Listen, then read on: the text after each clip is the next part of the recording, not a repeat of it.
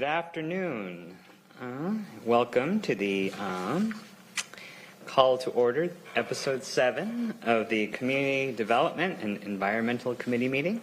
I will be your special guest host for today's episode.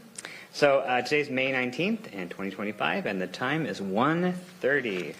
Will the clerk please do the roll call? Yes. Councilmember Morell. Here. Councilmember Kruver. Here. Councilmember Ayala. Here. Councilmember Denson. Excused. And Councilmember Yambe.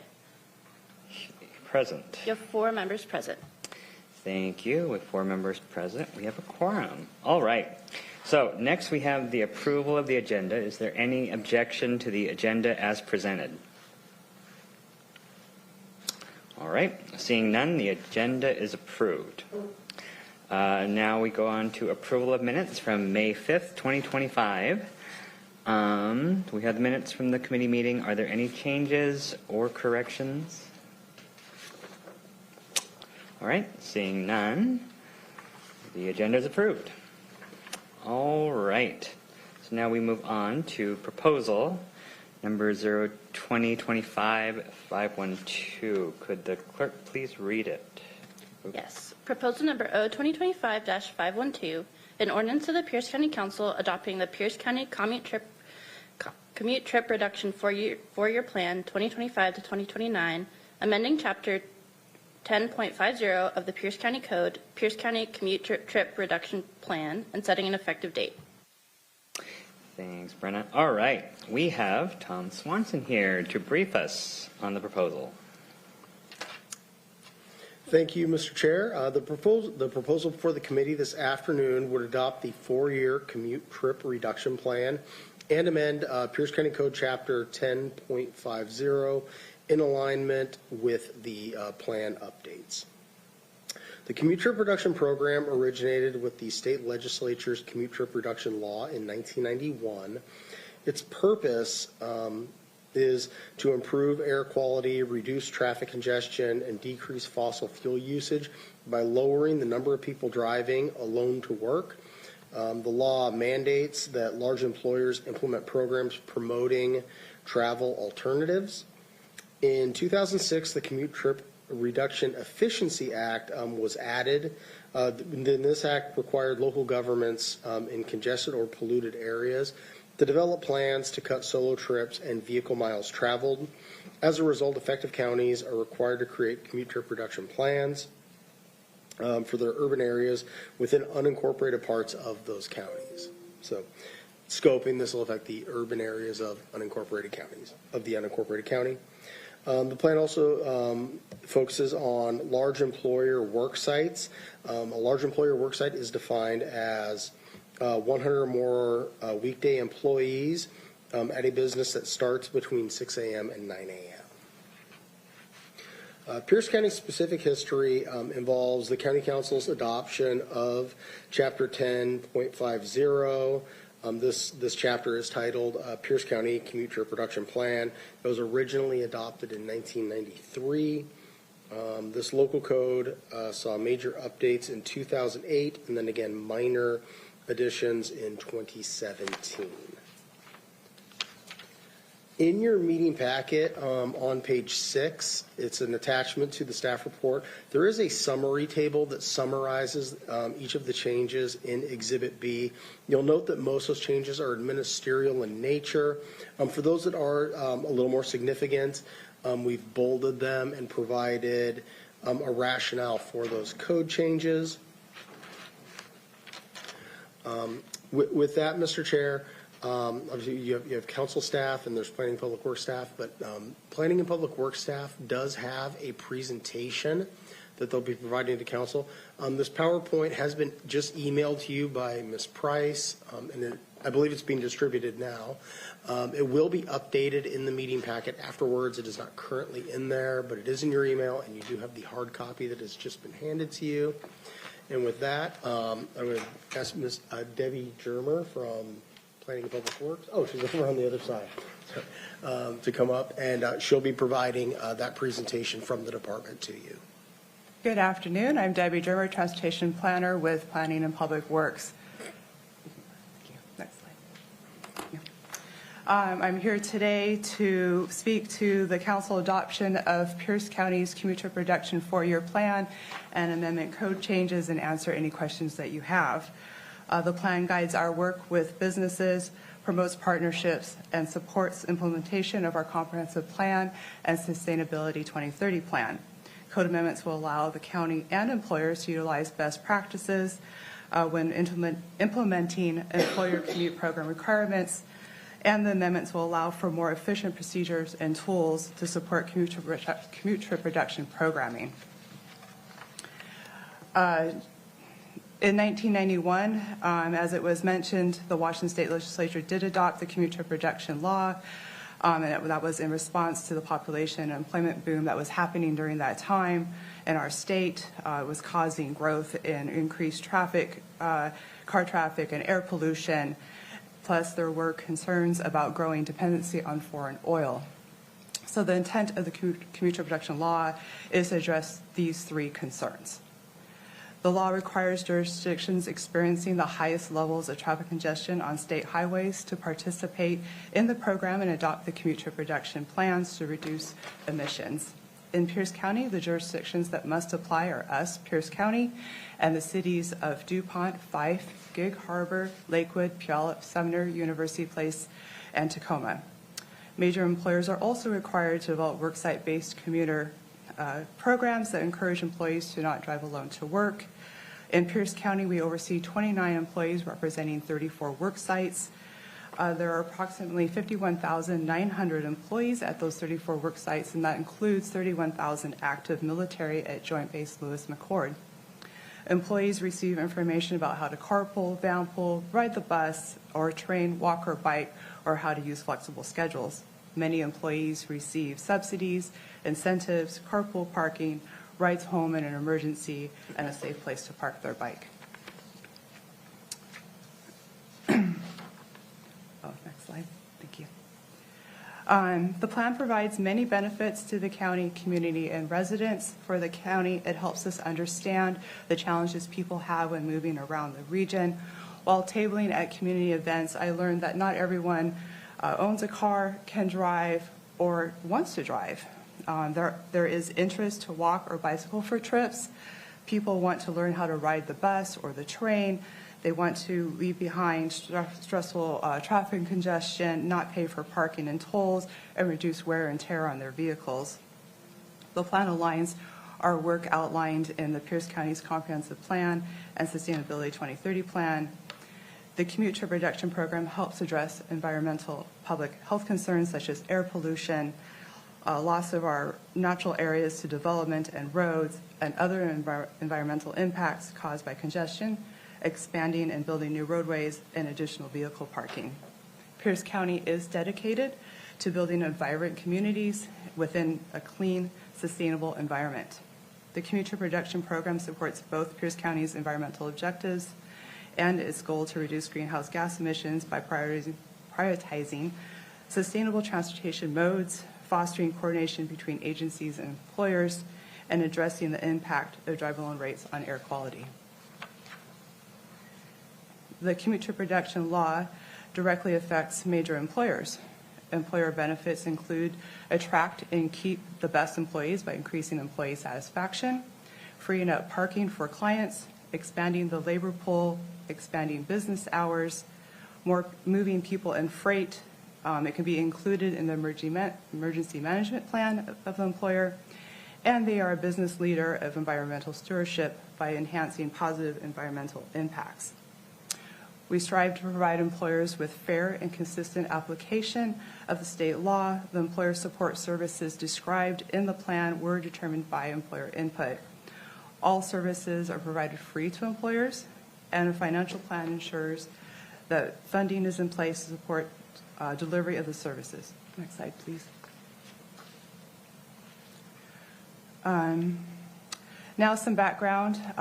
Some of this was provided, so I'll try not to repeat it. But the first commute trip reduction plan was adopted by Council in 2008, and we were required to update this plan every 4 years to establish new performance targets and program strategies. These updates occurred in 2013 and 2015, and then the update process was placed on hold during the COVID pandemic. And since so much of the travel behavior has changed since then, jurisdictions were required to write new plans. Each of the CTR affected cities that I mentioned are adopting their own plans. The CTR plans have been reviewed by the Puget Sound Regional Council for consistency with the Regional Transportation Plan. Additionally, the Commute Trip Reduction Plan has been reviewed by the Washington State Transportation Demand Management Technical Committee for meeting state standards. The development of the CTR plans, Commute Trip Reduction, or CTR for short, was a coordinated process with the cities. Pierce County hired a consultant to assist with the completion of the prescribed plan template provided by the state. Since Pierce County administers the program for all the cities except for City of Tacoma, we were able to use the same template. Each city was able to personalize this template for their own local context, and this process was more efficient for employers, transit agencies, the community partners, since Pierce County conducted all the plan reviews, interviews, and surveys. Next slide, please. Most importantly, this plan is meant for the community and residents. The benefits to our communities include helping people make connections to work, school, medical appointments, to go see family and friends and enjoy parks and trails. It means healthier air to breathe, less traffic on our roadways, which results in less noise and air pollution, extended lifespan of our roadway system, decreased road rage, and less harmful road runoff into our streams. When people are walking and bicycling, it increases neighborhood safety and reduces medical costs when residents experience less travel stress and get exercise from walking and bicycling. Benefits to residents include decreased household income spent on transportation, increased connections with their community, ability to make new friendships when they join carpools or ride the bus, more ways to incorporate exercise and healthy pursuits by walking and bicycling, and increased personal time. You can relax when you're sitting behind the wheel when someone else is driving. You can read a book when you're on the bus, or just respond to text or emails. Plus, flexibility of schedules can help meet with family demands. Next slide, please. To inform the development of the plan, we spoke with employers and residents, interviewed community organizations, reviewed partner plans, and conducted surveys. Our engagement began in the fall of 2023 with collecting resident feedback on transportation issues at community events. With employers, we conducted a whiteboard activity to identify challenges. At a visioning meeting, we discovered bold program ideas. We interviewed employers with shift workers and limited English speakers to gain more insight into the commuter needs, and conducted breakout groups to collect plan feedback with employers. We spoke with former Pierce County Senior Counsel for Tribal Relations, Sarah Colleen Sotamish, plus we sent several informational emails to tribal governments. To better understand community member travel needs, interviews were conducted with community organizations, including Forever Green Trails, Tacoma Pierce County Health Department, and YMCA. To ensure that our plan is in alignment with other plans, we reviewed our internal plans, we reviewed regional transportation plans, and Pierce Transit and Sound Transit plans. And we received comments from a presentation made at the Pierce County Transportation Advisory Commission and through 2 online surveys. Next slide, please. Now I would like to cover the sections of the plan. The plan looks at current infrastructure and desired travel needs. Pierce County identified transportation issues centered around roadway capacity, spillover into residential roads, and needs for more walking and bicycling infrastructure and transit access. Residents making longer commutes would benefit from carpooling and vanpooling. There's also notable interest in returning to some back to work, in-person work, and Pierce County employees expressed interest in more schedule flexibility, support for work from home, incentives for walking and bicycling, and improved bus service. The plan establishes strategies to address the desired travel needs. The strategies are broken down by employer support and commuter services. Pierce County will offer employer and commuter services through our Ride Together Pierce program. Ride Together Pierce connects people to information on sustainable transportation, education, and support programs. Employer services include training and networking, turnkey marketing materials, employer tabling at fairs, HOV parking signs, online telework toolkit, campaigns that encourage people to not drive alone to work, trip calendaring, emergency ride home program, and a best commuter business leadership program. And Pierce County, as an employer, does take advantage of these services. For commuters, we maintain a website with first-time mode guides and a link to the bike route map, table at community events to answer questions, offer carpool and vanpool matching, plus bus, walk, and bike buddy matching. Orca cards are loaded with free transit fares, safety gear giveaways, and connect people to transit training, bike classes, bike rides, and skill courses. And Pierce County employees can also take advantage of these services. Next slide, please. The plan must also establish performance targets and determine a budget for providing employer and commuter services. A performance target will be set for the countywide program and for each affected employer under the program. Pierce County is using Washington State Department of Transportation's suggested performance target, which is a weighted average drive-alone rate of 60% or less for CTR-affected work sites at the jurisdictional level. The weighted average calculation and calculation results will be provided by WashDOT.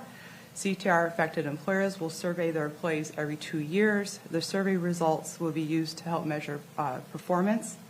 A baseline value will be established from the 2025 survey cycle, and then progress will be measured in 2026 and performance measured in 2028.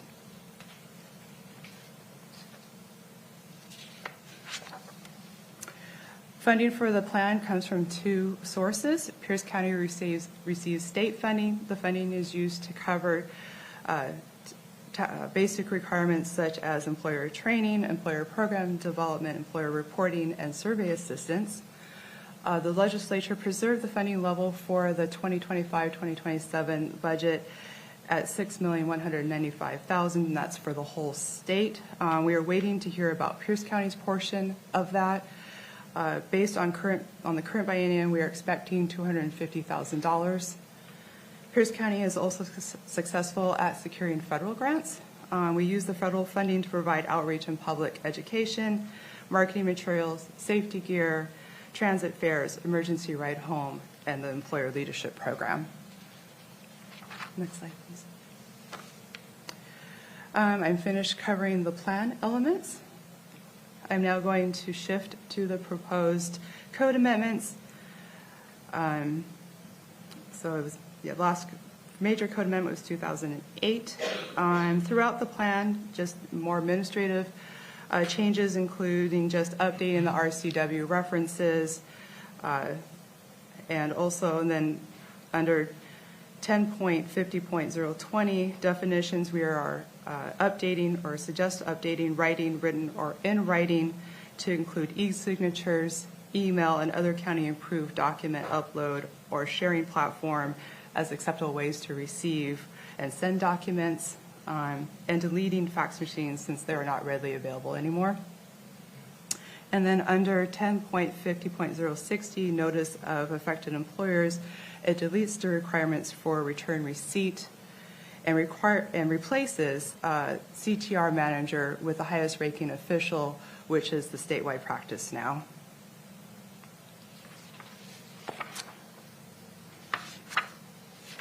Next slide, please. Thank you. Now I will cover the more substantial amendment changes. So under 10.50.070, employer program requirements, employee transportation coordinator, this clarifies that the program administration shall be provided on-site to meet the needs of the employees.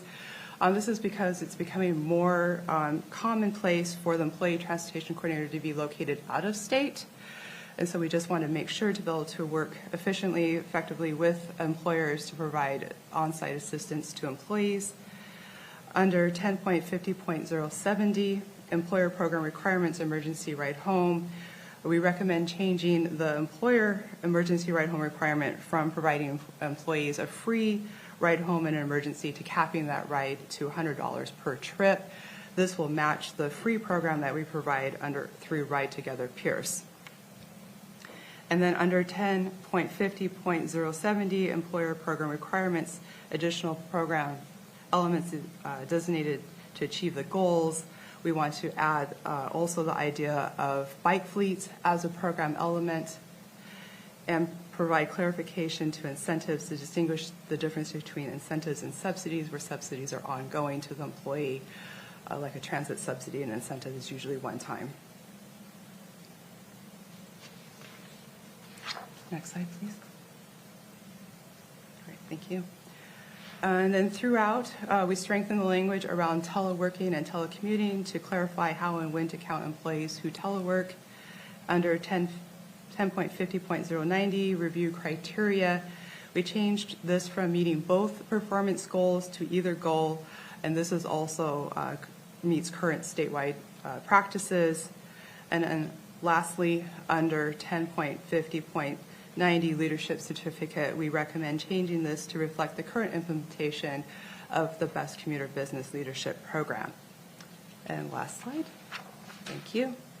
So our office is actively working to support employers and commuters through the Ride Together Pierce program. After council adoption of the commute trip reduction plan and amendment code changes, we will send notification to all known employers affected by this law and notify them of the new changes. I'm happy to take any questions you have. All right. Thank you for that presentation, Debbie. I will give it up to our board members for questions. All right. Committee Member Kruger. Thank you, Mr. Chair. Boy, you covered a lot.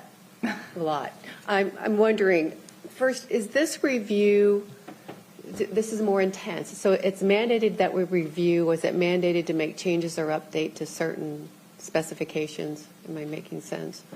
When we were required to do the updates every 4 years, Yes. that was for performance targets and the strategies offered to employers to help reduce drive-alone trips.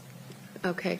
And if I understand correctly, this is requiring a supervisor for a commute trip reduction plan in businesses that are of a certain size? We call them employee transportation coordinators, so they oversee implementation of the program for their employees. They're there to answer questions, direct employees to information.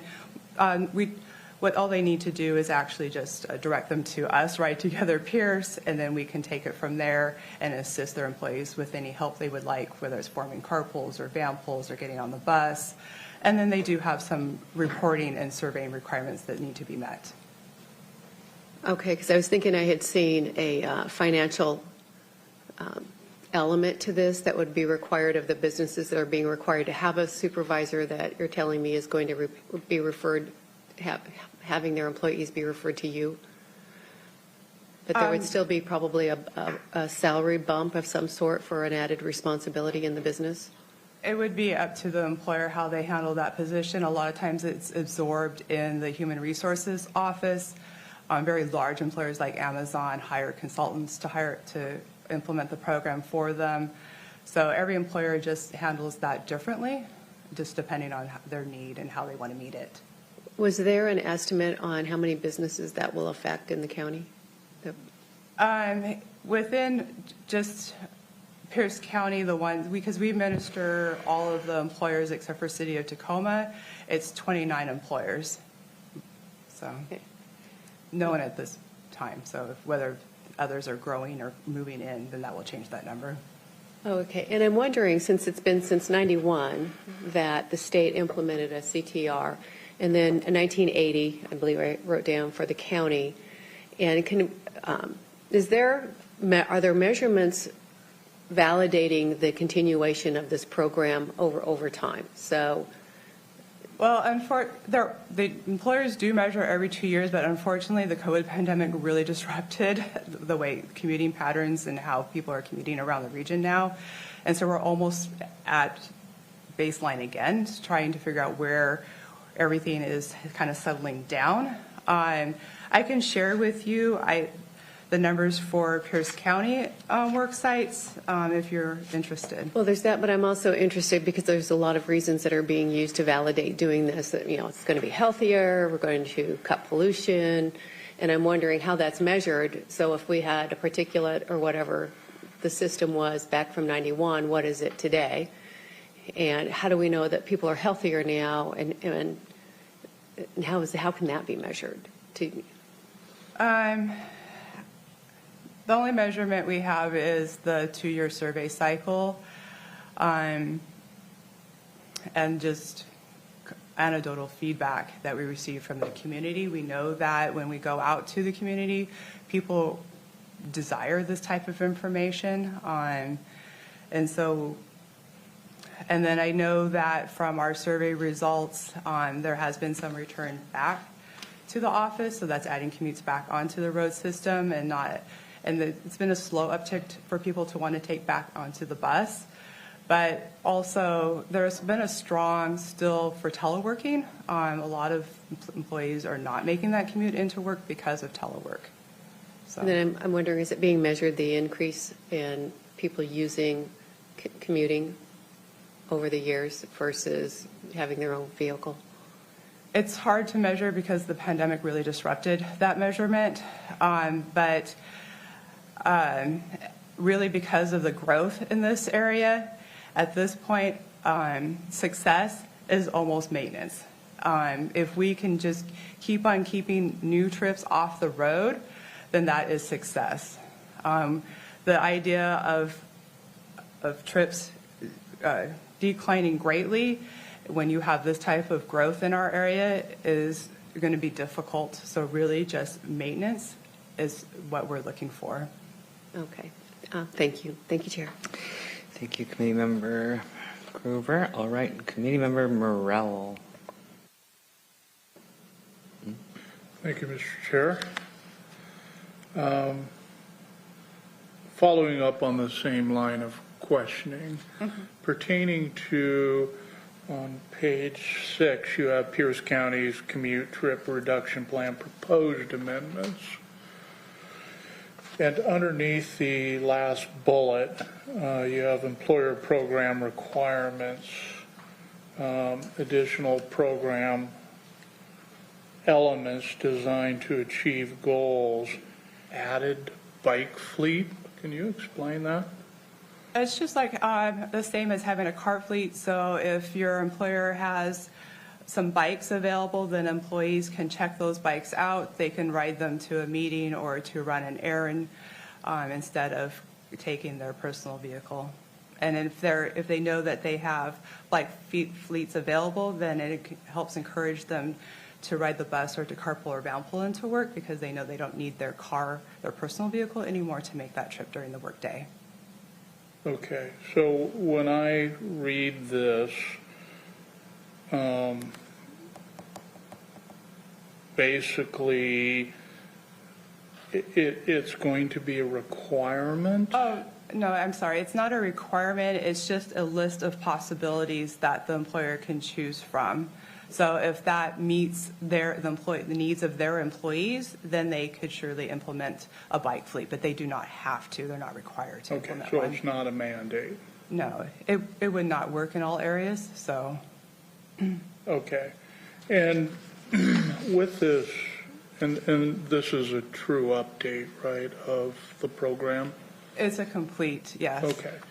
And you have a way of monitoring, the work from home model to know how much of a percentage since the last time this was updated, the increase of that work from home model in Pierce County has been, especially as far as how many people come in the office, how often per week now. I know that Pierce County has a higher percentage of people who come in person than King County, mainly city of Seattle. So that's been one of the challenges they've had in that model, is it's driven business opportunities out of the city of Seattle because you don't have, because of trip reduction or because of the work from home model. Now you have a lot of people businesses that had those employees available for lunch business, other businesses aren't there anymore. So it's, there's definitely a trip reduction, but on the other, there's unintended consequences of that. So have you taken any of that into consideration? Well, I do believe that there has been some return back to in office, and so I guess that's part of finding the balance between employers and employee needs to want to be able to also manage their family obligations. So, I think when you can support growth, employment growth within your county, then these programs also translate to the way people move around for their personal trips. And so if they're working and living in Pierce County, they can also learn, they can ride their bikes to the store or to the restaurants or take the bus to the zoo. So it kind of relates to all parts of their life. So. Okay. And then I guess my last question, I just went in and out.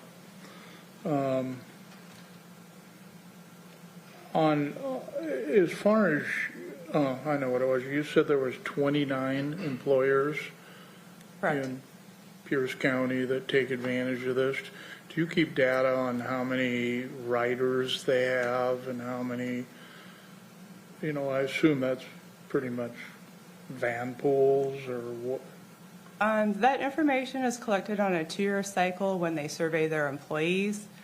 So, and we can, as far as van pooling, all the transit agencies also maintain all their van pool trip data, and they also have the transit ridership data.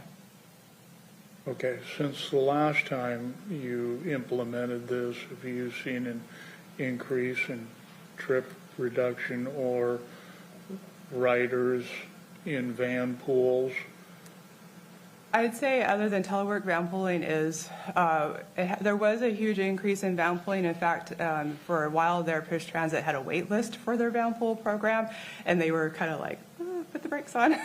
So their van pooling and carpooling are the most flexible modes, and so those we promote out a lot to residents here in Pierce County because you can just carpool one day a week. So it's just something that works really well for residents here, especially with the longer commutes. Okay, and then one follow-up. You said that the department got a $250 grant, $250,000. What? We're expecting $250,000 from the state for funding the state required portion of the law, and that was for the 2-year biennium. Okay. And how much administration does this program take? There are 2 full-time employees administrating the program. So basically that $250,000 almost pays for salaries for those 2? We use both the federal funding and state funding to help pay for salaries and all the program strategies that I listed. Okay. Thank you. Thank you, Mr. Chair. Thank you, Committee Member Morrell. And next, Committee Member Ayala. Thank you, Chair. And thank you so much for all this information. It's quite dense. I appreciate you framing this as getting back to basics and really having a baseline, especially after what the pandemic has done to how businesses engage their employees and how families are essentially thinking through what does staying at home versus not staying at home really look like. Do we have any information around any new data points that we want to start tracking as this baseline is being settled? I think it would be important to track return to transit and just to keep an eye on the trends for work from home. But unfortunately, we'll only get that picture every 2 years when our employers survey, except for the data that transit agencies collect. Gotcha. And then 2 more questions here. The 29 employers that you referenced, that is not including Tacoma, is that correct? Correct. That does not include Tacoma. Got it. And then just to clarify, in our documents, it says that the trip reduction plan is for urban areas within the unincorporated county. So this 4-year plan is just for that. Is that correct? Correct. Got it. All right. Thanks so much. Appreciate it. Thank you for those questions, Committee Member Ayala. All right, going back to Committee Member Krueger. Thank you, Mr. Chair. I'm interested in, there's such a push on bicycles. And, in junior high, I had a pretty hot spider bike, but I can't ride bikes anymore. And I recall having the Lime bicycles around, and I recall seeing them in D.C. last week, and they really weren't prevalently used, although people said, well, later in the day they will start using them. But I'm wondering what the investment is or plans on such a push to get people to ride bikes, because to go to lunch, or because it's kind of hard to carry things unless you've got the basket. And I'm just wondering what a lot of the philosophy behind that, or what percentage does the government think people will switch to use bicycles? I'm not sure of the percentage, but when I go out and speak with folks in the community and table at different events, I do hear a lot of interest from residents that they would like to bicycle and walk more. And then, I'm sorry, And the Lime bikes, are they coming back? Or were they successful? I just think there were a lot at the bottom of the hill, but they weren't going back up the hill. That's true. So I'm not sure if they're coming back or not. Unfortunately, that program was withdrawn with COVID. I don't know what the plans are to bring that program back. E-bikes are having a huge, there's a trend or increase in purchases of e-bikes. And there are right now rebates available from the state and from City of Tacoma for e-bike purchases. That's to help with the hills. So, and it does, you're correct, it does take the investment. You do need to have the basket or the panniers or something on the side to carry your gear. But. And I'm wondering if you're familiar with the program. When I was in D.C. at my sister's, and it was kind of a brainstorm, I would say, of constituents where they wanted to be able to ride in the commute lane, and so they would stand at, I guess, a bus stop, and they would have a sign looking for people to hop in the car with them to get into town. And it seems to work out rather well. They're able to help somebody right there. They get into the fast lane. They get to where they're going, drop a few people off. And has that ever been looked into, or anyone aware of that program? I forget what the term was. Slugging. Yes. Yes, we are aware of the program, and it is popular. Sometimes it was popular in San Francisco and yes, in the East Coast. But I haven't heard of any real interest from our residents wanting that type of program here. We do have a very active ride matching program. It's an online system, and so we do encourage people to put their match information into the online system to form those matches. And then if they want to, they can also contact the transit agencies, and transit agencies can help them further along finding folks to vanpool with. Okay, thank you. Thank you, Chair. Thank you for those questions. All right. Sorry. And since this is a public hearing, are there any members of the public in the room wishing to speak? Okay. And then we'll go online and see. Yes, Mr. Chair. For any members of the public who wish to provide comments on proposal number O2025-512, press the raise hand icon on Zoom or *9 on your telephone keypad.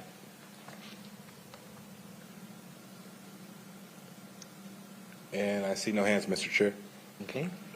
Seeing no further comments, I would like to close the public hearing and open this up for final discussion by the members. The committee member, oh, sorry, go ahead. Councilmember Morale. Thank you, Mr. Chair. I'd like to go back to committee member Ayala's question pertaining to who this impacts. I didn't hear the answer. Was that just urban areas, or is that all unincorporated area? Urban unincorporated. Correct. Urban and unincorporated, or urban incorporated areas? It's the areas that have the highest, experiencing the highest traffic on state highways. So those surrounding areas are the ones that are brought into this program. So I'm still confused as far as what your definition is of unincorporated areas.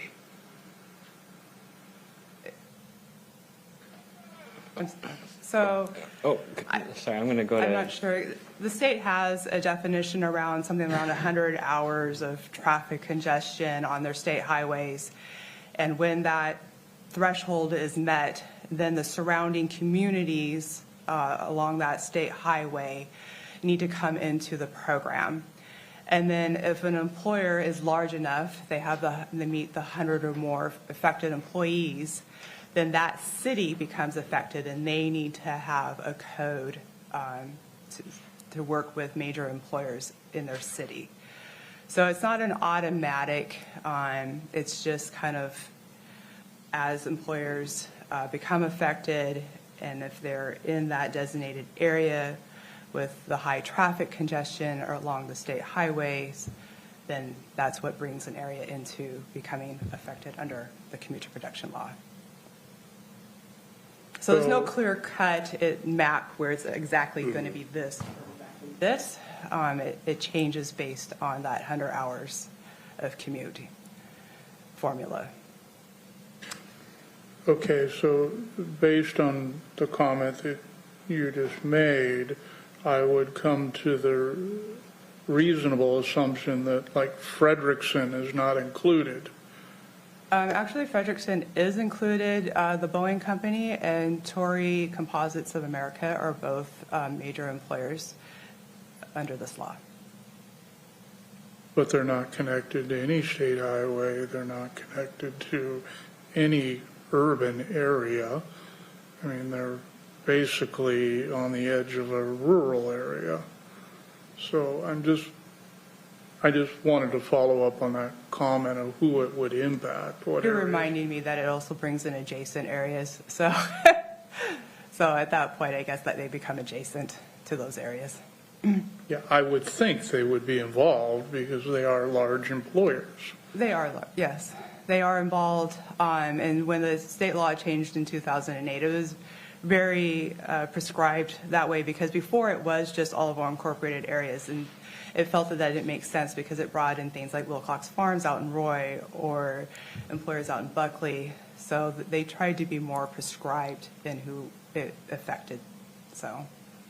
And I would assume that Pierce County is unique because we have so many transit deserts within the suburban and, within the UGA, that's urban growth boundary.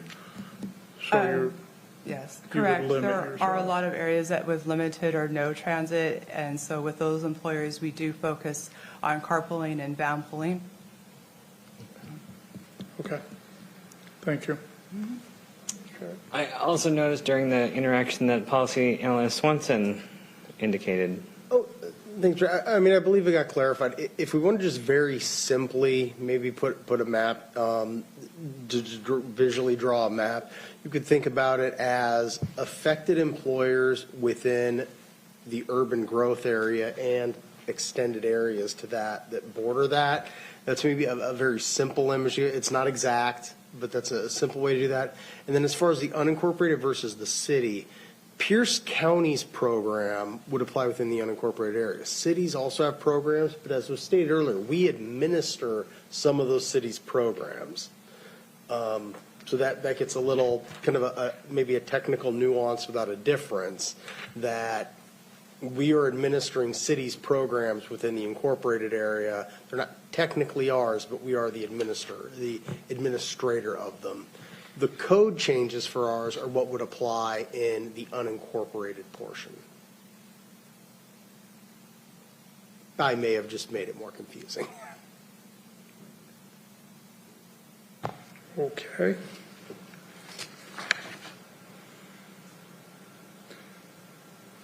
I'm done. I'm sorry. Oh, I just wanted to give you a pause and let you sign off. So let you get a moment. All right. I felt these eyes staring at me. I'll jump over to Committee Member Kruger then, and then. Thank you, Mr. Chair. Because in my mind, I'm trying to visualize, where these lines are going to be, and I can't help but believe that when the program is being put together, it was put together with areas in mind. And I guess I feel like I shouldn't have to ask for a map on what areas are affected by this. And then, but therefore, we would be able to see what businesses are being affected by this and have those businesses been contacted to say, hey, we've got this plan we're putting together and it's going to affect you. You want to comment on it? I don't know if that was done. And I think we should have time for doing that before, getting that kind of feedback.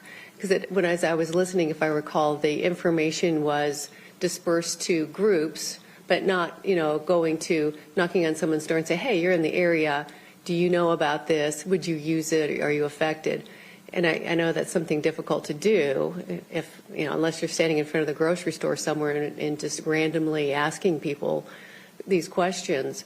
But I just think there's a lot more that we need to know about where this is going or what it affects, or it just seems like it's not. I just think it still needs to be more details.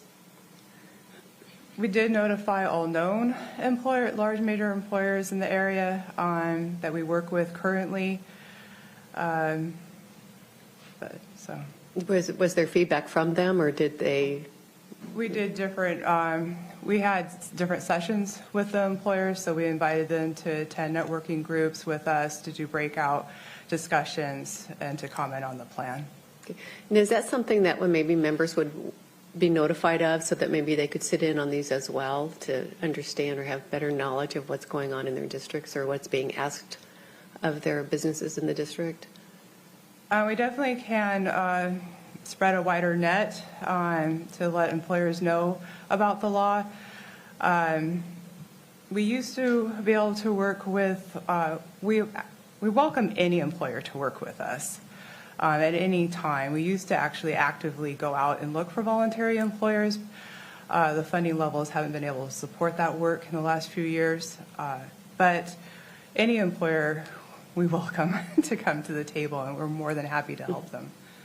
Were there questions of employees in that? Because I'm trying to remember, because usually I flip through these questionnaires when I see them. But what has to happen in order for you to commute? Were there ever answers? I'm thinking that was asked at one point, and I'm wondering what the answers were.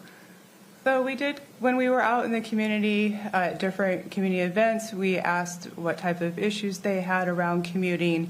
We also did 2 surveys that asked those types of challenged questions. What are your challenges? What do you face if you would like to or would be interested in carpooling or van pulling? Those types of questions. And then also we do, when they survey their employees every 2 years, there are questions on that survey that also gather that type of information. So we're always looping in with commuters on what their needs and barriers are. Okay, thank you. Mm-hmm. Thank you, Mr. Chair. Thank you, Committee Member Kruger. We'll go to Committee Member Ayala, then back to Committee Member Rao. Thank you, Chair. Just a couple questions. You mentioned, just to clarify, you did reach out to all the impacted employers about this update, and I'm assuming they all know this update is coming because it's required by law. Correct. Is that correct? Okay. And then there was another question around, we administer some of the incorporated cities programs. Correct. we're not responsible for their updates, correct? Or are we? We're not responsible for the updates. They are pursuing their own CTR plans. We did coordinate the effort with all of the cities, so we drafted one template, and then we provided that template to each of the cities, and then they could adjust it for local context. All right, thank you so much. Appreciate it. Thank you, Committee Member Ayala, and back to Committee Member Morrell. Okay, I'll continue to channel Committee Member Ayala's line of thinking. On the cities that you engage with within Pierce County, you just put out a template. We don't get anything from those cities in the way of compensation for your time and effort, do we? We received their portion of the state funding for administering the CTR program on their behalf. Okay. And how many jurisdictions do we oversee? 7. 7? Okay. And then their funding goes into our bucket of funding that pays for our administrative costs then? Correct. Okay. Thank you. Thank you, Mr. Chair. Thank you, Committee Member Morrell. All right. This is a very good and lively discussion. All right. Would a committee member like to make a motion? Let's see. Committee Member Ayala. Thank you, Chair. I move that proposal 0-2025-512 be forwarded to the full council with a due pass recommendation. All right. The motion before us is to move. Oh, a second.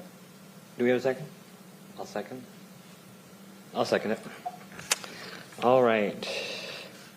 So the motion before us is to forward proposal 2025-512 to the full council with a due pass recommendation. All those in favor say aye. Aye. All those opposed say nay. Nay. All right. So since we are locked, it fails.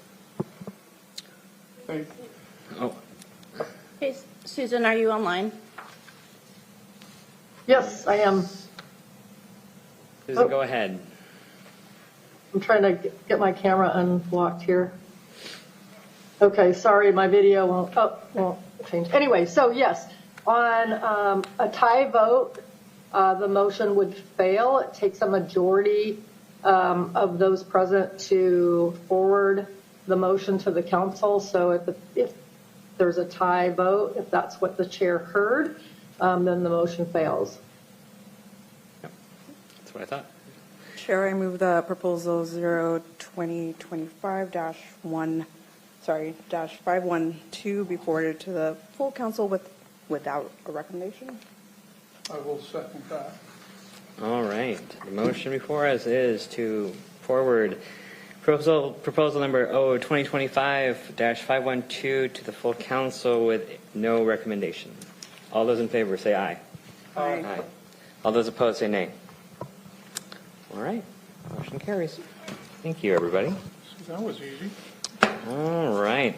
We'd like to keep the suspense going with item number 5, Code Enforcement and Public Nuisance Report.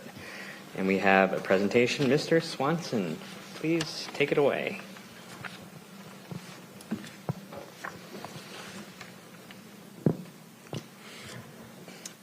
Thank you, Mr. Chair, and I am about to sneeze, but I don't think I'm going to.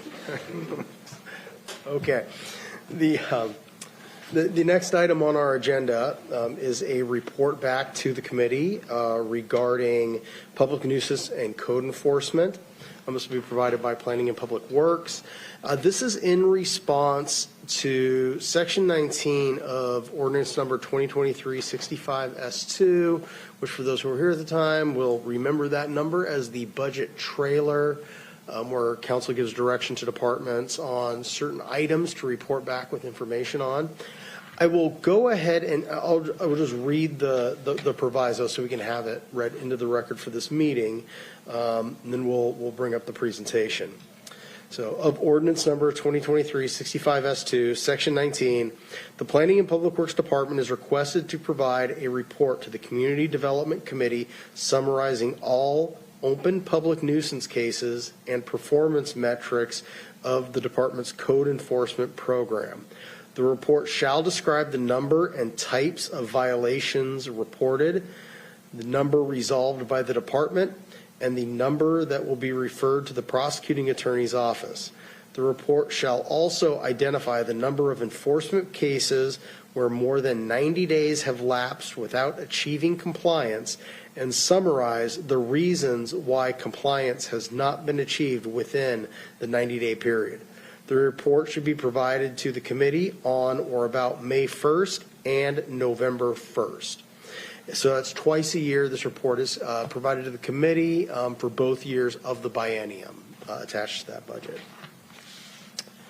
With that, Mr. Chair, I will introduce David Bond from Code Enforcement, who I believe will be leading the presentation, and he will be assisted by other planning and public works staff that I'm sure he can introduce along the way. And since we're on the movie theme, welcome, Mr. Bond. Hey, welcome. And good afternoon, committee. So grateful to be here, grateful to share some insights into code enforcement.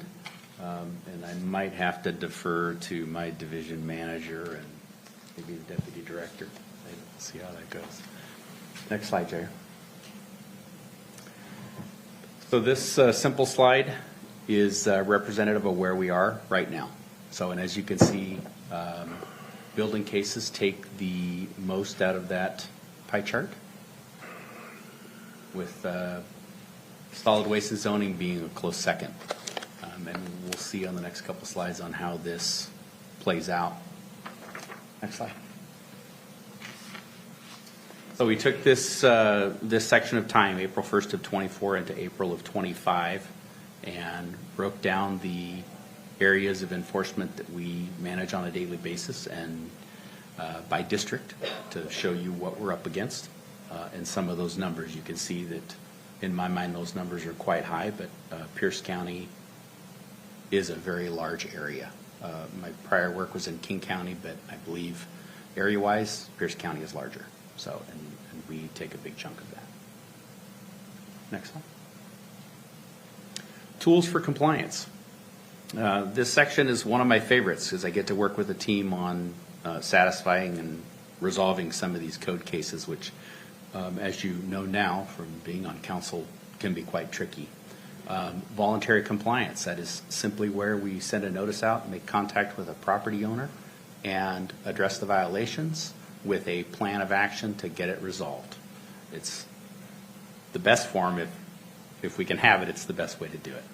Care agreements is an agreement we make with an owner to resolve the property violations via paperwork and letters and dates to get them resolved. Usually if the county is going to manage that cleanup, that will get leaned against the property owner for resolution. And the ones that I have seen in my short time with the county have been very successful. Certificates of non-compliance, those are placed on properties where the owner doesn't want to resolve the violations, doesn't want to work with us. We will place that on there to basically cloud the title. That allows us at a time, if they decide to sell that property or if they want to get a refinance or a new mortgage, their title companies are going to say, nope, can't do that until the violations are resolved. It's also a fantastic tool for us to use. We do get compliance with that almost on a daily basis. Civil penalties. When I came on, this was one of the questions I asked to the team about civil penalties and how they're used, and I was told their program was brand new. So after some digging, I found out that the civil penalty process, as of a few years ago, had some broken links in it, and so it was reworked and remanaged and reconfigured to the one we have now. My team has, in the last 6 months, has started to use that wholeheartedly in their cases, their investigations, and we are seeing compliance. When somebody gets a a penalty amount of $1,000 a day for violations, whether it be building or land use, they tend to not want to have to pay that, so they come into compliance pretty quick. A very good tool for what we're doing. Warrants of abatement, you may have heard of those. That's when property owners typically don't want to play with us, and they will go through the entire code enforcement process, the team and my staff taking it to the prosecutor's office to request a warrant of abatement. We will go out and, under court order, perform that abatement and then lien it back against the property. We've had some you'll see in the slideshow here in just a minute that are pretty drastic, but that process does work. It takes a while, which you will also see in those slides from start to finish. And costs are the significant hurdle, as it says there on the slide. Property owners have a hard time with some of these. You know, the violations, as I tell my staff, on a lot of these properties didn't happen overnight. They take time to build up and become a real solid waste issue. And so when we're looking at violations and getting them resolved, I tell the staff it takes the same to get things cleaned up, a little bit at a time, and money is usually one of those things.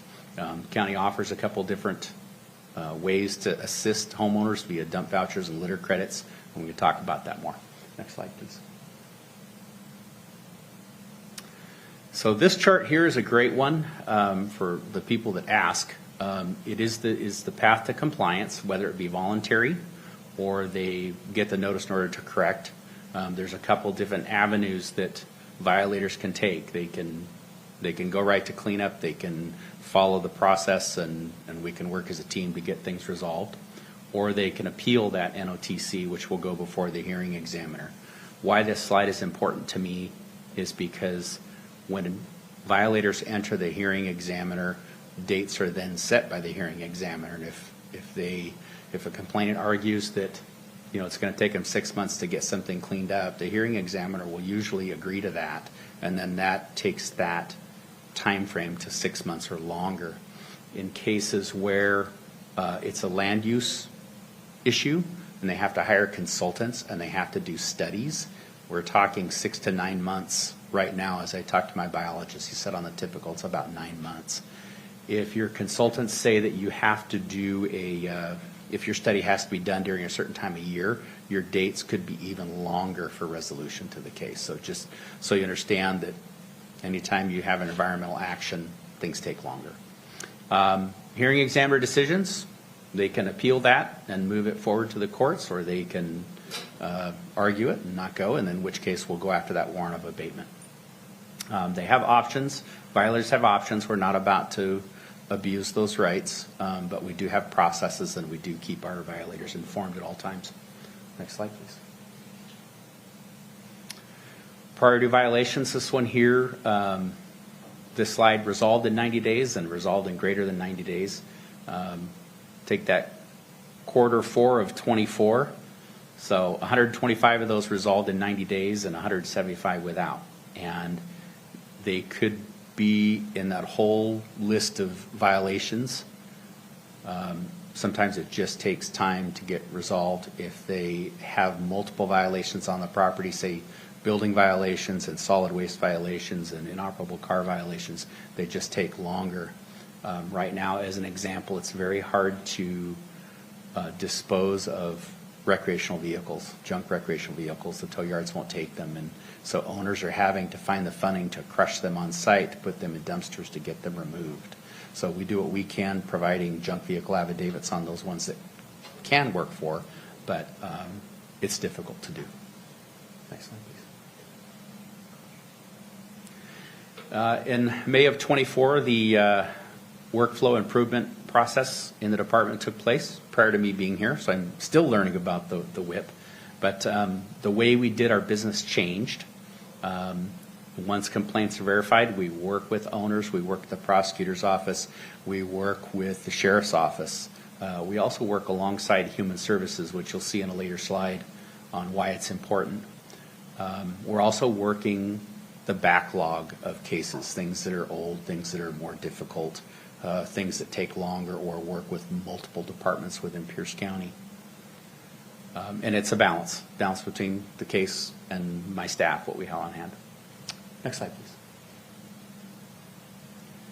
So time to resolve priority violations. This one varies depending on the case, the time of year, how many cases we get.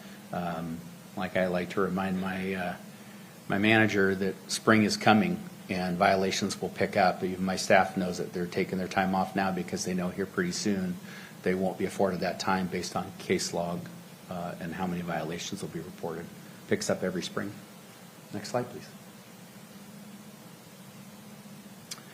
So I'll focus on cleanups there. This is in tonnage. So 2024, 634 tons of solid waste removed from Pierce County properties.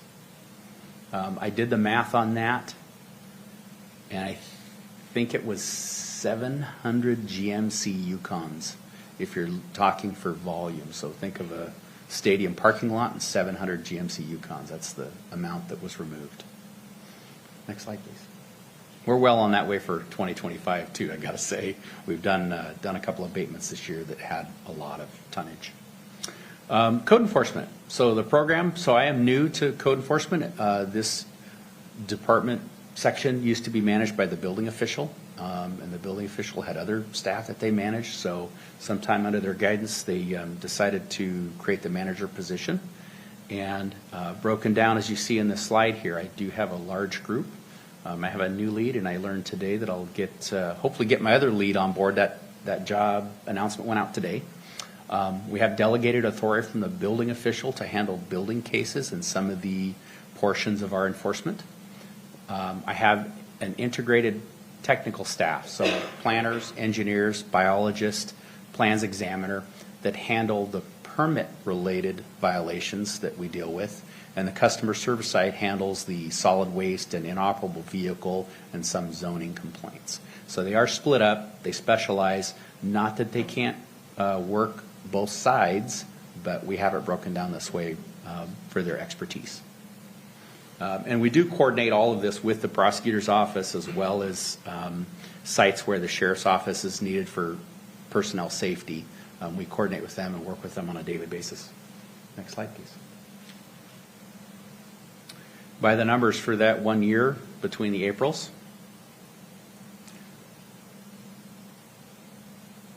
The 9 abatements was pretty large with 368 tons of solid waste, 13 structures boarded or reboarded, $378,000 in liens recorded. And we'll talk about that as well. Next slide, please. Lien performance, this is one that you will see coming down. We've got a couple different avenues. We wanted to leave it in there for your awareness, but we'll talk about it as we meet again. Next slide, please.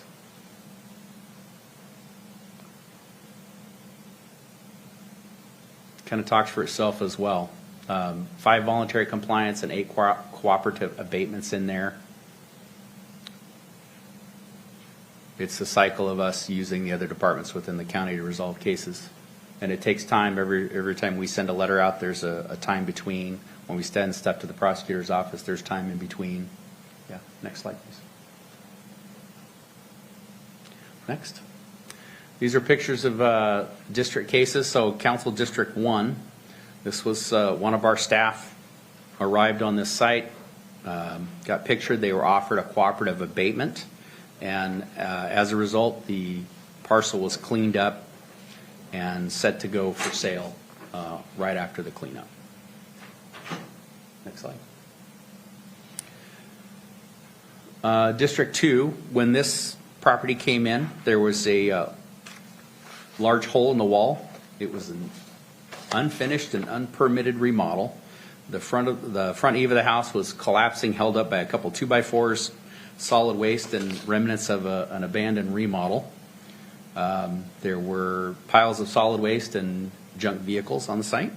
Structure was condemned by the building official, and code enforcement staff worked with the owner, removed the solid waste, the inop cars, and got the structure to its new condition to be sold. Next slide, please. This one here in District 3 had 60 yards of solid waste that was removed, 1 junk car. But what was to note of this one was the vulnerable adult children being lived in the abhorrent conditions on this site. Forgive me if I get a little emotional on this stuff. This is where our job is often unforgiven, unrecognized when we see kids in these types of environments. And knowing that we helped out in this one and got other agencies involved to resolve this one is our vital role. It highlights the proactive intervention that we do, the actions we have. Next slide, please. This one here also in District 3.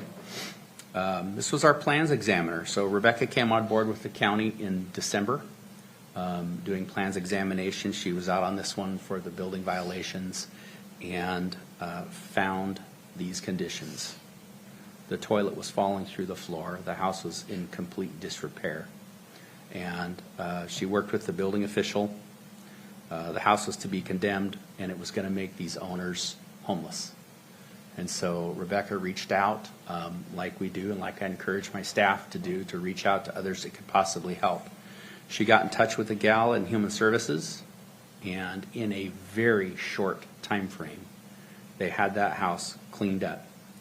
Dump vouchers were provided, materials removed, septic system repaired, floors rebuilt.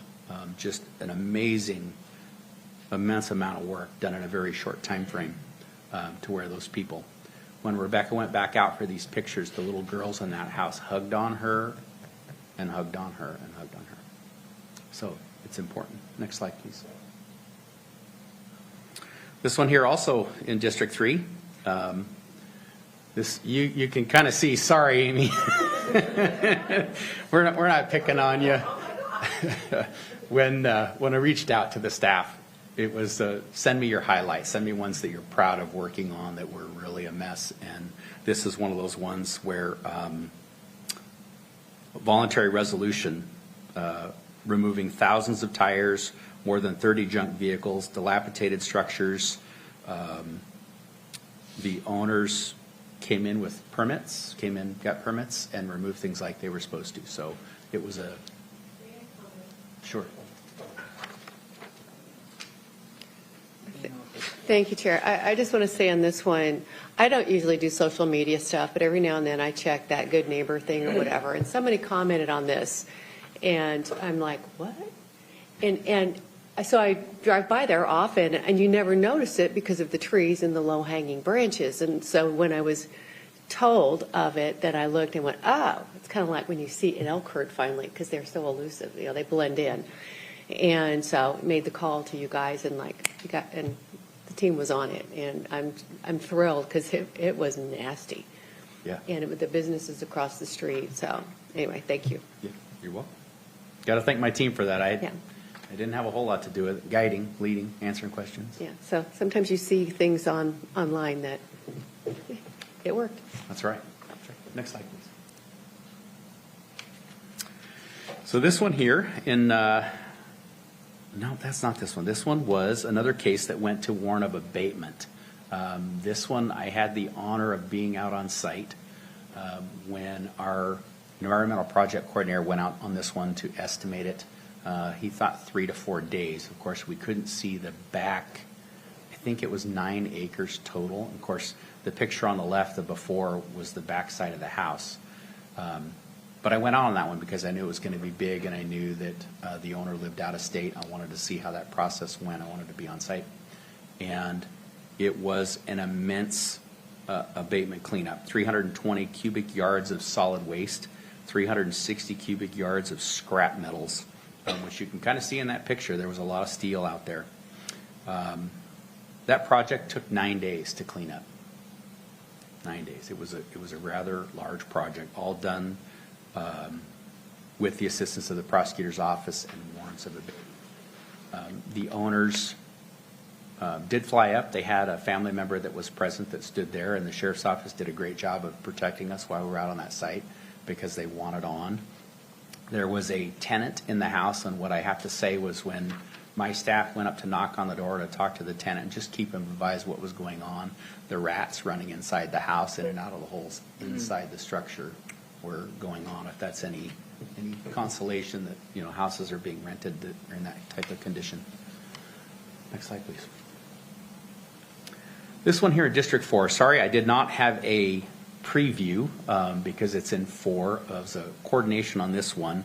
This one was where our biologist did a wetland review and assisted the property owner with a non-compensatory wetland restoration of 62,000 square feet. It brought together 2 Pierce County wetlands back from complete annihilation, if you will, back to its fully restored wetland habitat. Next slide, please. This one here in District 5, this is one where staff went out, found the house in a really poor shape, occupied. The owners that lived out of town had no clue it was even happening. There were no utilities to the structure. There were 2 garden sheds that were being lived in on the property. Site was condemned. Sheriff's office were called. Multiple stolen cars found at this site. They were stripping cars, and so the criminal element on top of the civil element that we were there for. It was very highly visible, and code enforcement staff secured a warrant of abatement through the prosecutor's office. Structure was demolished in the fall of 2024. Highlighting moment for the team. And this one here in District 5, this was where my site development engineer worked with the owners to remove that site, get proper permits. The impervious surface that you see was a part of it, but it was causing flooding to the neighboring properties. And so the impacts were tremendous. Critical areas large, and worked with the owner to submit plans and get it resolved. So next one. This was a chronic nuisance property that we dealt with as well as the sheriff's office.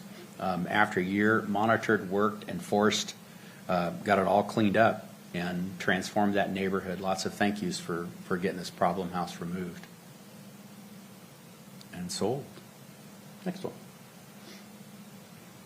This one here's work of our planner to get a green belt restored. It was an open tract space that was, they nuked all the trees and vegetation out of it, and through research and collaboration with property owners, she got it restored. Okay, next. And this one out in Lake Bay, this was a bunch of inoperable vehicles and solid waste. My staff had to work with the sheriff's office for quite a while on this one. They removed 27 junk vehicles. I don't remember what the tons of solid waste was. It was a lot. The vehicles that we couldn't remove via junk vehicle affidavits were removed by the owner at their cost. There were 2 stolen commercial flatbed trailers recovered by staff in the sheriff's office, and the impact to the surrounding neighborhoods is still felt. We're still hearing it for this one, for the cleanup. Okay. And these are just, I want to say that these are just reminders of the work that we do and how that transforms neighborhoods in the communities that we all serve. And we ask that we keep getting the support that we need to do this to make Pierce County livable. That's all I had. Questions? Thank you, Mr. Bond. All right, let's go for questions from the committee. We're going to start with, let's see, Committee Member Krueger. Thank you, Mr. Chair. This is just a question on the pictures, just going back to the Council District 7 where there was a restoration. I guess I'm not seeing the big difference.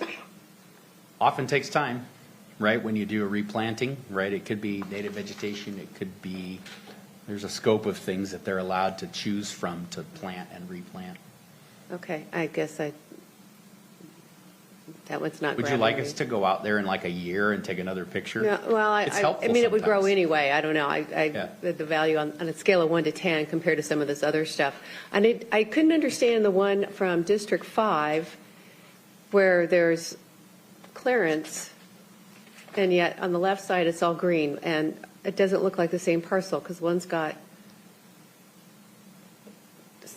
structures on it, and it looks like a big. There was flooding.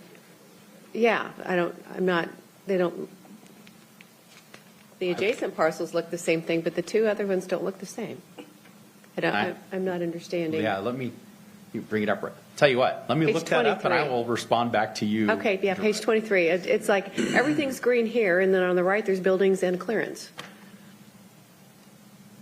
Somewhere in District 5, so. I don't understand how it got like that. Something got dozed out of it. It could be flip-flopped. That's what it looks like to me. No, before it was cleared and after you abated all that stuff out and then planted grass? Well, and often, It's, the one on the right is scaled bigger than the one on the left. It's the same, as you can see the driveway in the upper left-hand corner is the same position. What is she saying? I'll find out later. It's- Thank you. that it's scaled, that one picture's, or I think they look flip-flop to me, but then I see the driveway. It's scaled wrong. Well, that doesn't, well, the parcels don't matter. Yeah, I'll have a look and let you know. Okay. Committee Member Morrell. Thank you, Mr. Chair. I'll agree with you, Mr. Bond. Looks like they were flipped. Okay. So, got 2-4, the flip, so. Okay, I've got a series of questions. On your activity cases, the county isn't proactive in going out and finding violations, are they? You're correct. We are by complaint only, complaint driven. Okay. Are the complaints anonymous? They are not anonymous. They can be confidential. Okay. Okay.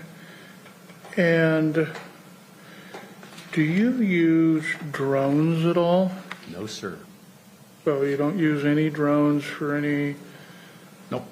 surveillance? Okay. Then when you have a complaint that's been filed against a property,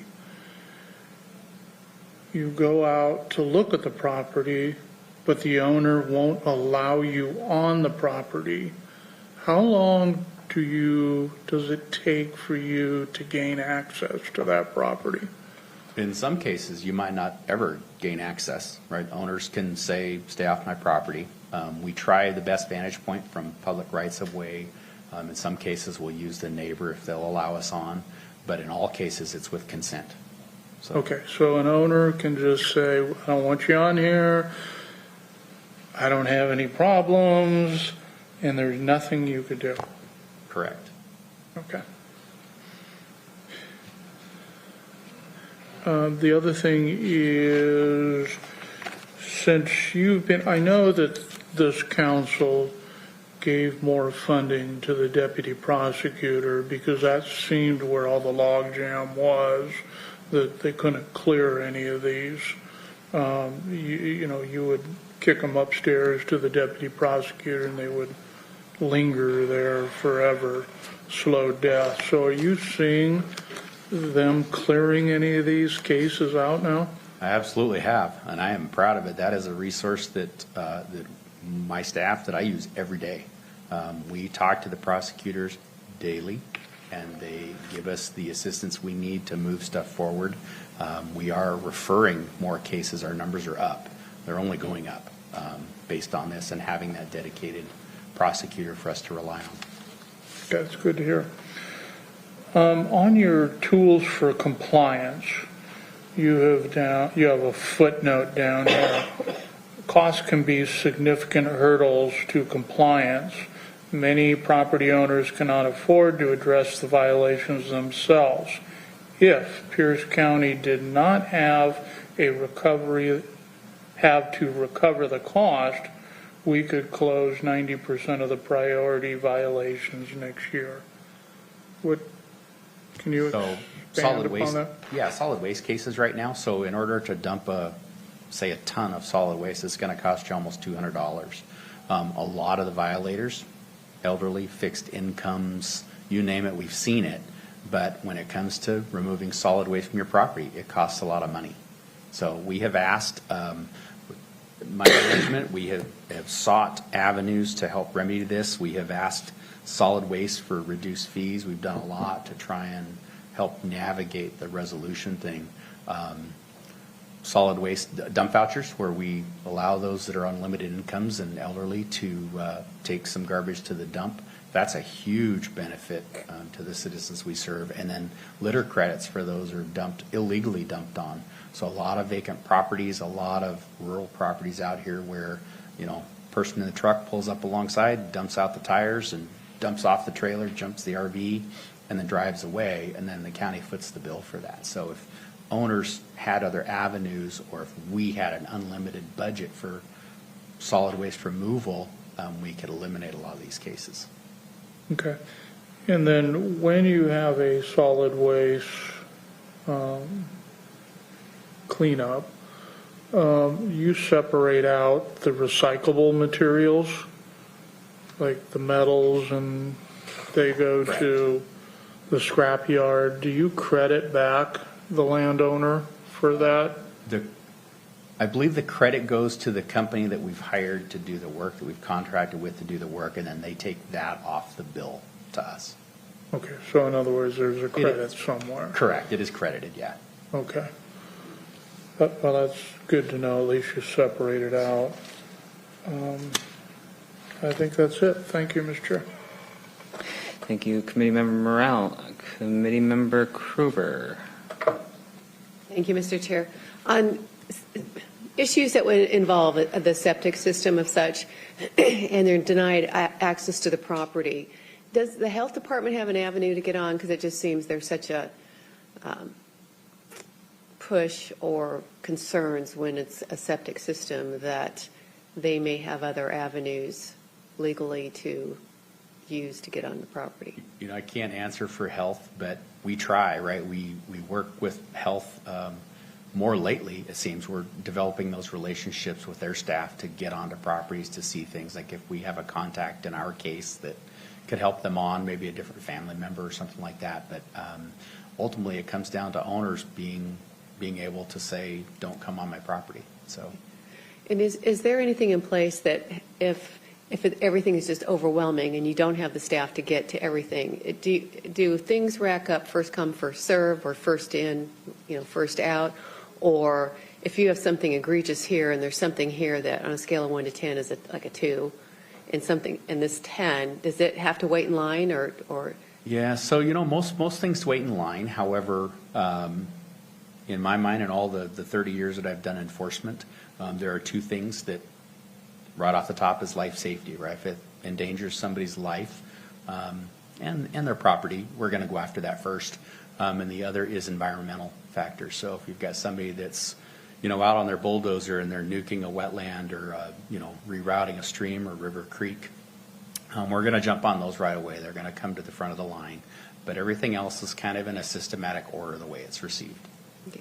Now, in something like what you just described, is that something that you would possibly call conservation districts, say, hey, work with these folks before, putting out heart attack letters? Yes, ma'am. Kind of a thing? Yes, ma'am. I'm really proud to say that my staff works really well with other departments and other agencies.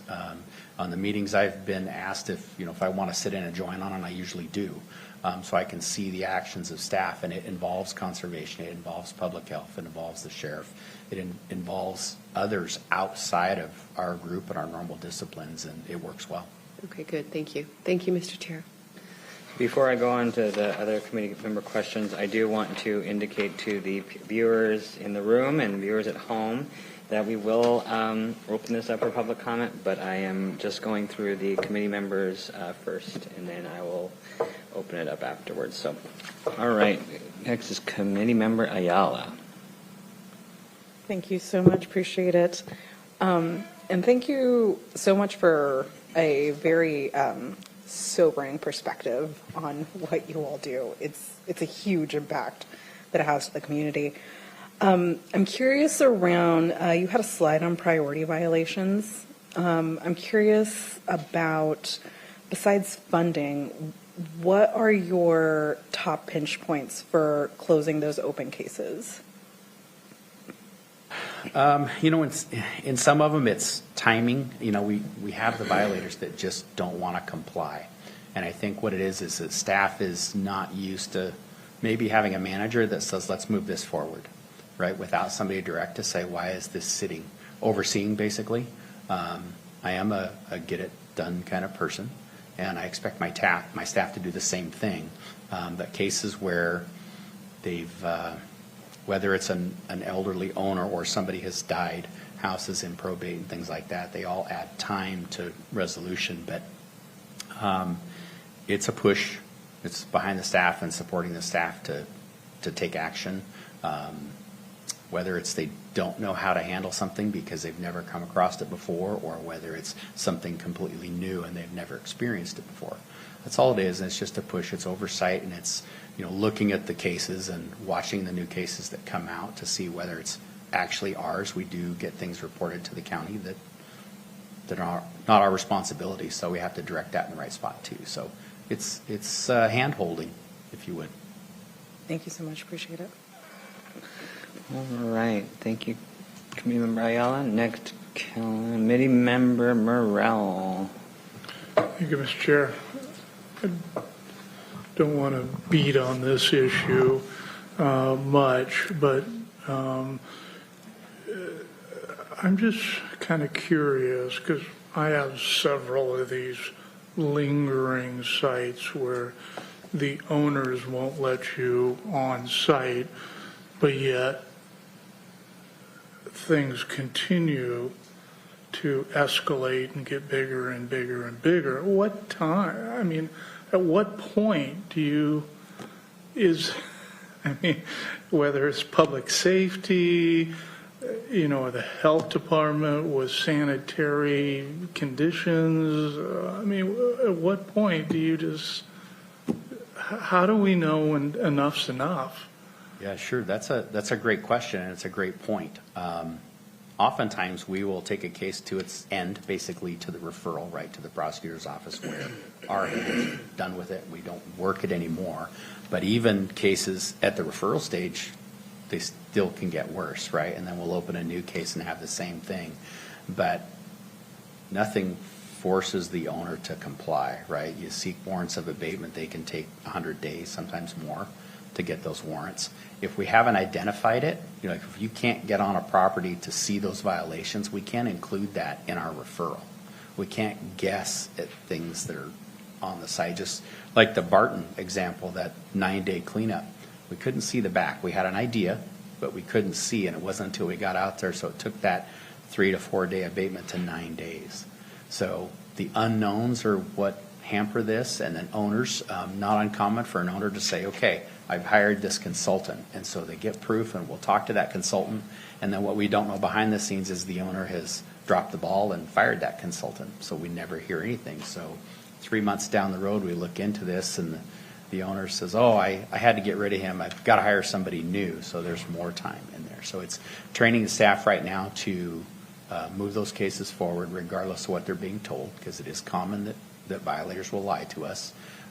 But in the older cases and the ones that have been lingering, that is a conversation I just had with my staff at our last staff meeting on Wednesday, was to get these cases moved forward and get them resolved. Okay, thank you.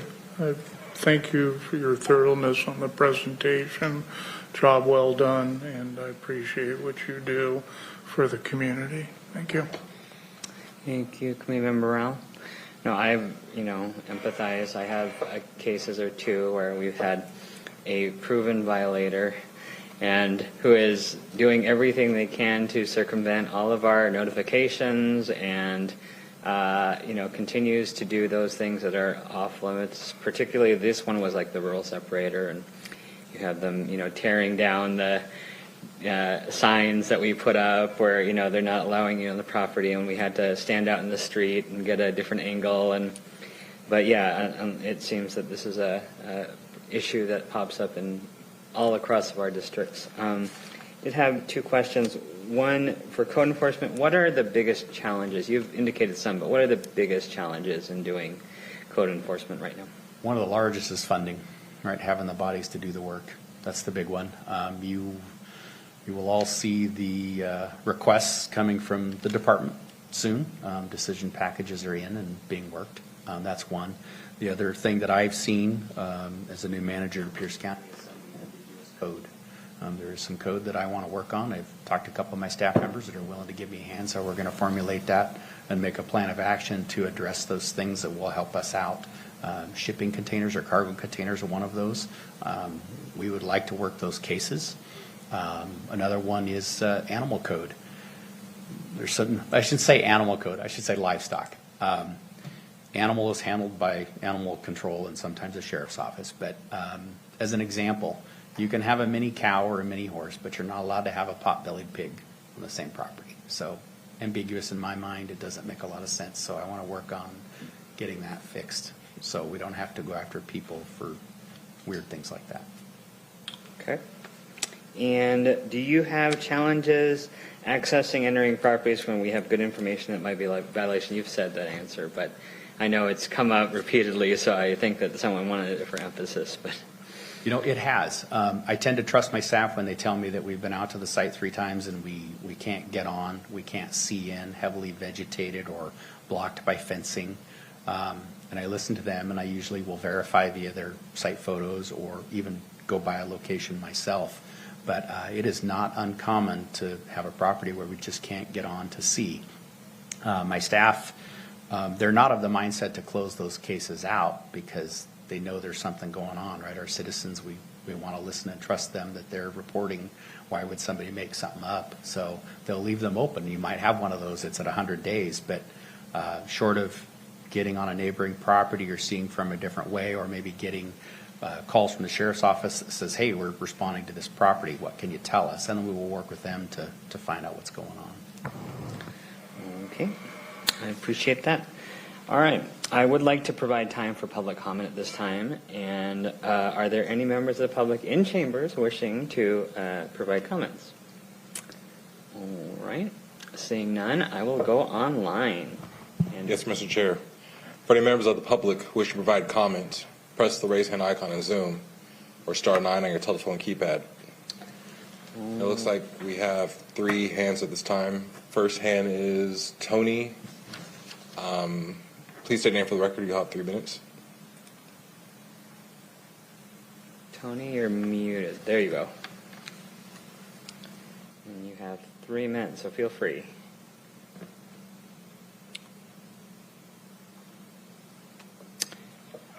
Tony, it doesn't seem like we hear you. Can you try talking? Hello? There you go. Okay. This kind of goes back to what Mr. Morrell was saying. We have a case that's been, it seems like it's been 4 or 5 years now, where we live in a sensitive environment, wetlands area, and the commercial property owner took down trees that are decades and decades old. I've lived in the area for over 60 years on those trees that were there before I was there. But these trees were taken down in a wetlands area. It's changed the flow of the water.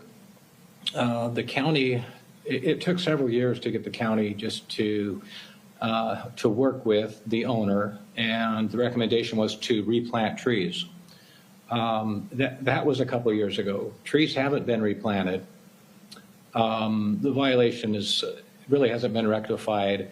And what the concern is, since we live downhill from that property, is that it has changed the water structure. And on my property, there are a couple of ponds. It's wetlands area. There's some endangered species as well. And I'm just wondering where we really go from here if they have not replanted the recommended, or just replanted trees.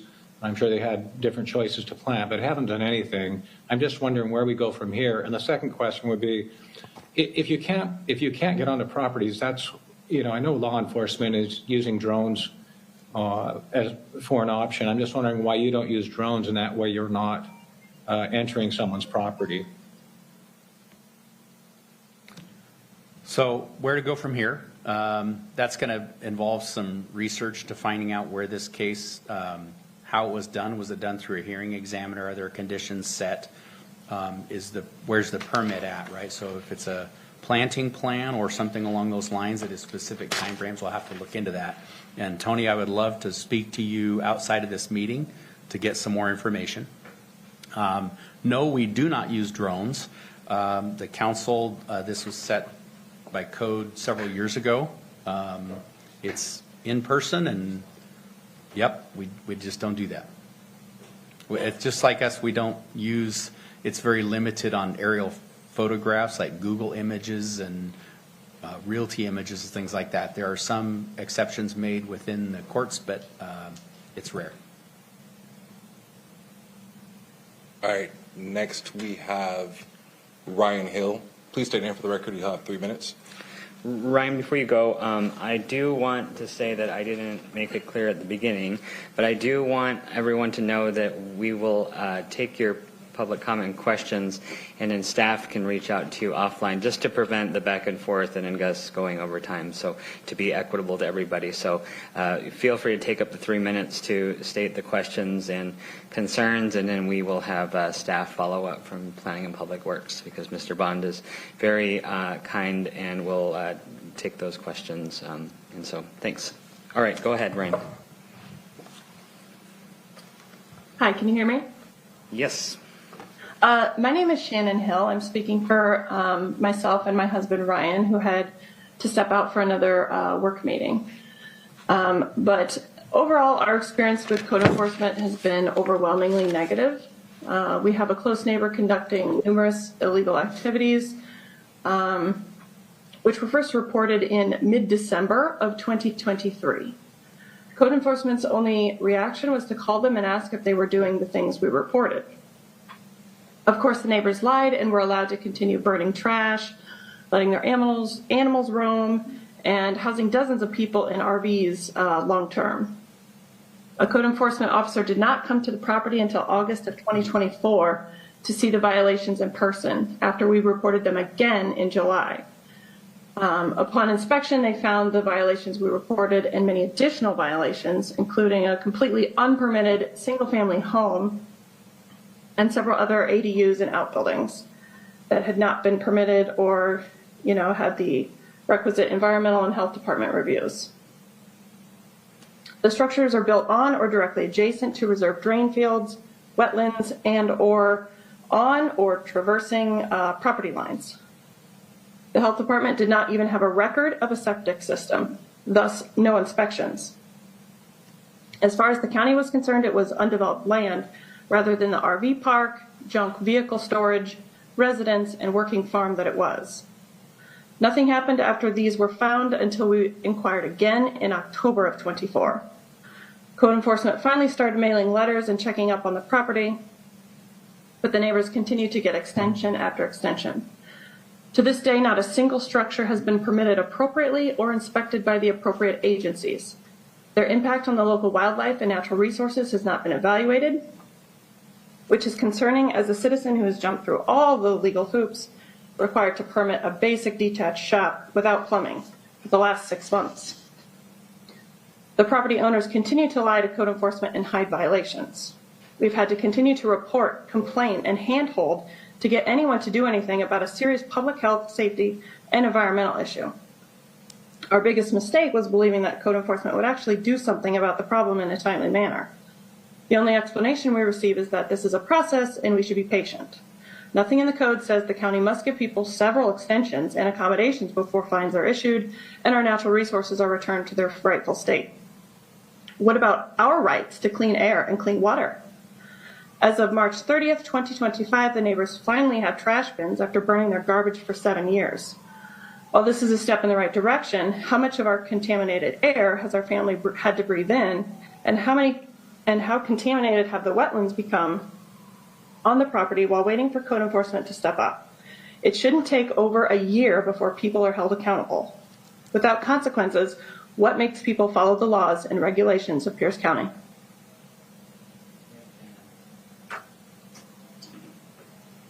Would you like a response to that? No, don't. Yeah, we can make sure that you reach out.